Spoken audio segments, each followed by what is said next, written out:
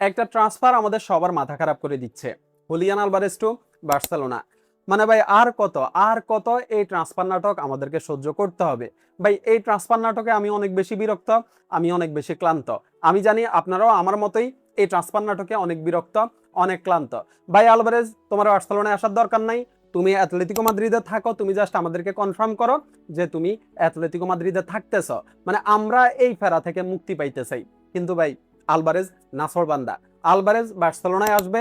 অন্যদিকে Atletico Madrid তাদের সিদ্ধান্ত থেকে এক চুলো নড়ে নাই, মানে অ্যাথলেটিকো মাদ্রিদ তাদের সিদ্ধান্তে অনড় যে তারা হচ্ছে আলভারেজকে বার্সেলোনার কাছে সেল দিবে না। এখন এই যে আলভারেজ এবং অ্যাথলেটিকো মাদ্রিদের মুখোমুখি অবস্থানে আমরা মাঝখান দিয়ে আমরা ফ্যানরা আছি ফেরার মধ্যে, আমরা ফ্যানরা আসলে এই ট্রান্সফার নিয়ে অনেক বেশি বিরক্ত হয়ে গেছি। আর্জেন্টাইন সাংবাদিক গ্যাস্টন আদুল কিছুক্ষণ আগে বলছেন যে আলভারেজ অ্যাথলেটিকো মাদ্রিদে থাকবে না, আলভারেজের অ্যাথলেটিকো মাদ্রিদে থাকা আর সম্ভব না।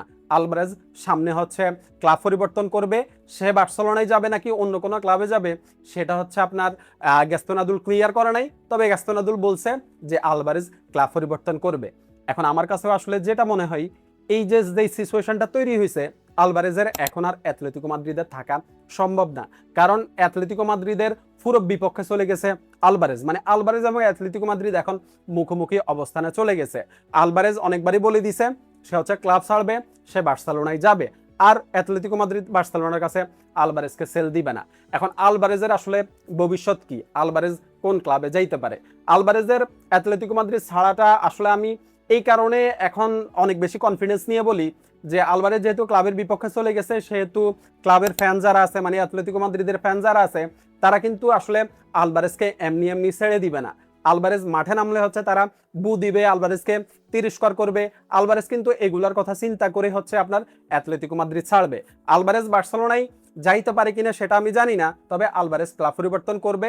আর আলভারেজ যদি ক্লাব পরিবর্তন করে তাহলে আলভারেজ যাওয়ার সম্ভাবনা বেশি দেখি আমি আর্সেনালে, মানে আর্সেনালের এখনো হচ্ছে আলভারেজের প্রতি একটা আগ্রহ আছে। আমরা গতকালকে বেশ কিছু রিউমার দেখছি যে আর্সেনাল এখনো হচ্ছে আলভারেজের প্রতি তাদের আগ্রহ আছে, যেহেতু তারা ভিনিসিয়াসকে সাইন করাইতে পারে নাই, সেহেতু তারা আলভারেজকে সাইন করাইতে চায়। এখন যদি অ্যাথলেটিকো মাদ্রিদ আপনার তাদের সিদ্ধান্ত পরিবর্তন করে, তারা যদি আলভারেজকে সেল করার আলোচনায় আসে, তাহলে হচ্ছে আর্সেনাল অ্যাথলেটিকো মাদ্রিদের কাছে আলভারেজের জন্য প্রস্তাব পাঠাবে। এখন দেখা যাক শেষ পর্যন্ত আসলে আলভারেজ ক্লাব পরিবর্তন করে কিনা। তবে আলভারেজের আসলে আপনার এত কিছু হওয়ার পরে অ্যাথলেটিকো মাদ্রিদে থাকা সম্ভব না। আর আমার কাছে মনে হয় যে এত কিছু হওয়ার পরে আলভারেজের অ্যাথলেটিকো মাদ্রিদে থাকা উচিত হবে না। আলভারেজ এখন আসলে ভালো করুক খারাপ করুক যাই করুক, আলভারেজকে হচ্ছে অনেক বেশি সমালোচনার শিকার অ্যাথলেটিকো মাদ্রিদে হইতে হবে। সো এই ব্যাপারটা আলভারেজের মাথায়ও আছে, যার কারণে আলভারেজও চাইতেছে ক্লাব পরিবর্তন করার জন্য। এখন সামনের সপ্তাহে হচ্ছে গিলমারিনের সাথে আলভারেজের একটা বৈঠক আছে, ওই বৈঠকটা হচ্ছে আলভারেজের ফিউচারটা নির্ধারণ করে দিবে। শেষ পর্যন্ত যদি আলভারেজ বার্সেলোনায় আসতে পারে তাহলে একজন বার্সা ফ্যান হিসাবে এটা অবশ্যই আনন্দের সংবাদ হবে। আর বার্সেলোনায় যদি আলভারেজ আসতে নাও পারে তাহলে চাইবো যে আলভারেজ যেন আর্সেনালে যায়, মানে আলভারেজ যেন কোনোভাবে হচ্ছে অ্যাথলেটিকো মাদ্রিদে না থাকে। এত কিছু হওয়ার পরে আর অ্যাথলেটিকো মাদ্রিদে আলভারেজের থাকার দরকার নাই।